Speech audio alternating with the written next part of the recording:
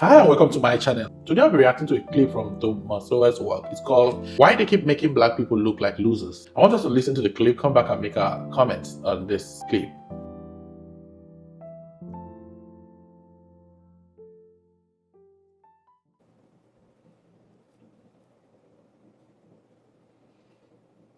It is a good reflection on Americans that they tend to be on the side of the underdog.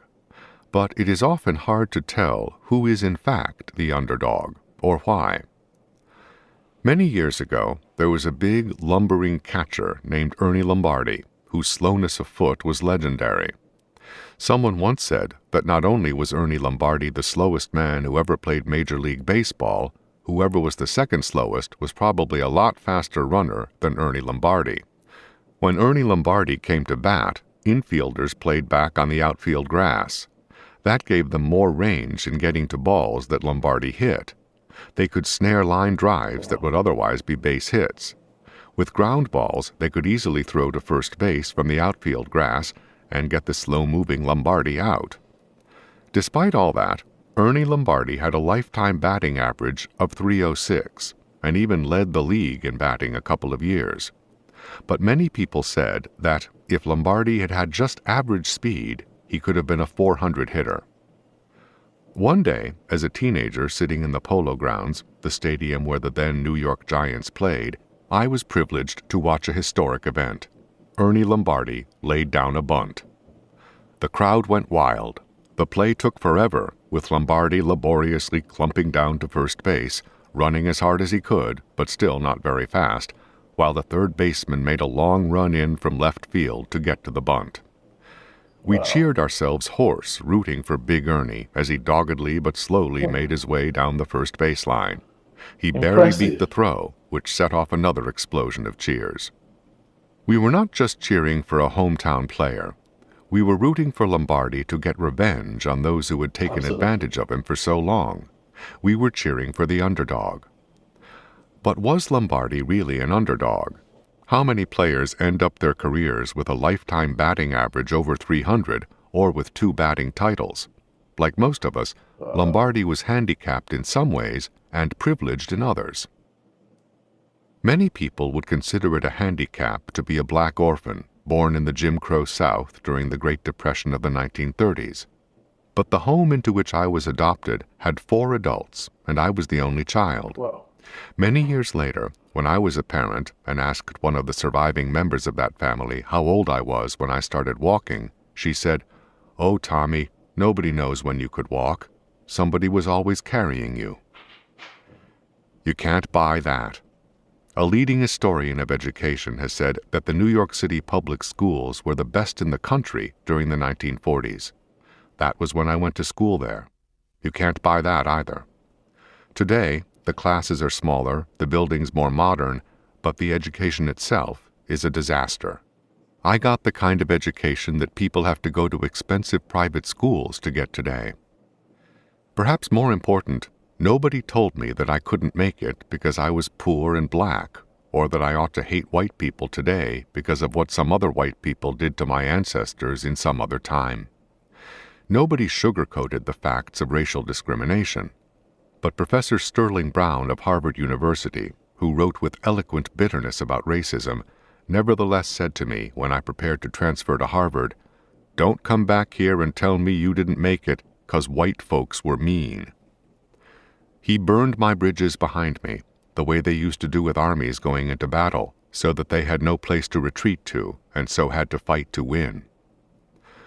One of the problems with trying to help underdogs, especially with government programs, is that they and everyone else start to think of them as underdogs, focusing on their problems rather than their opportunities. Thinking of themselves as underdogs can also dissipate their energies in resentment of others, rather than spending that energy making the most of their own possibilities. It must have been discouraging for Ernie Lombardi, especially in his early years, to be repeatedly thrown out at first base on balls that would have been base hits for anybody else. But he couldn't let himself dwell on that, not and win 2 batting titles.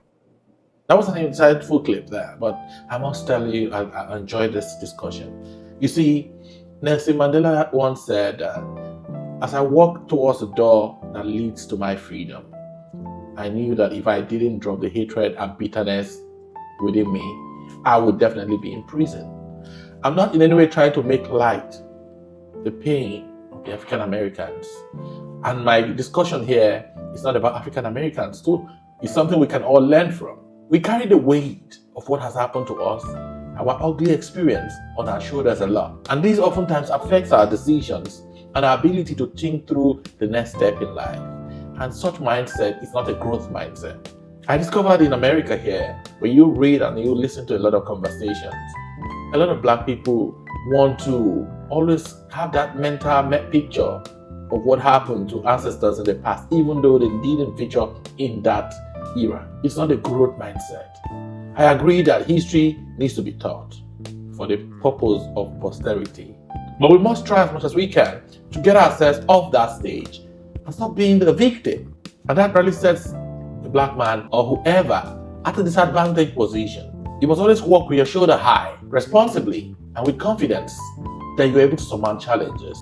I know as a black man, you have a lot of odds against you naturally, but I don't let this bother me. I work towards achieving and clearing doubts where necessary. And that's what I expect every human being to do. And this is where I expect certain characters to be exhibited. Constant reminder and the self-defeatist mindset that I'm naturally at a disadvantaged position, I'm discriminated against and all that. I don't think it's a growth mindset. And this is going to help the African American a lot. How do we move our mental capability from the static point to a growth mindset thing, to a growth mindset position?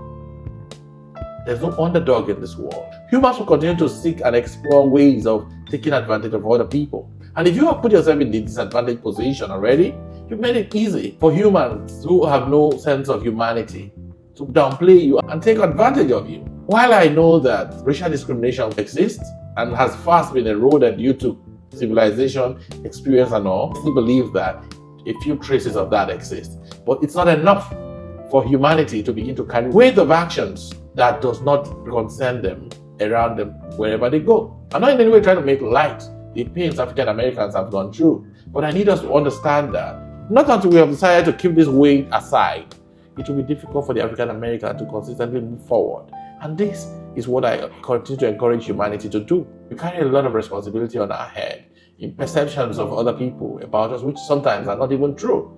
And this has weighed us down all our lives. And we consistently carry this trauma wherever we go, and it affects our lives. It was an interesting discussion that I listened to. It resonated with a lot of my beliefs, and I also realized that there are better ways of managing events rather than holding on to perceptions of other people about us.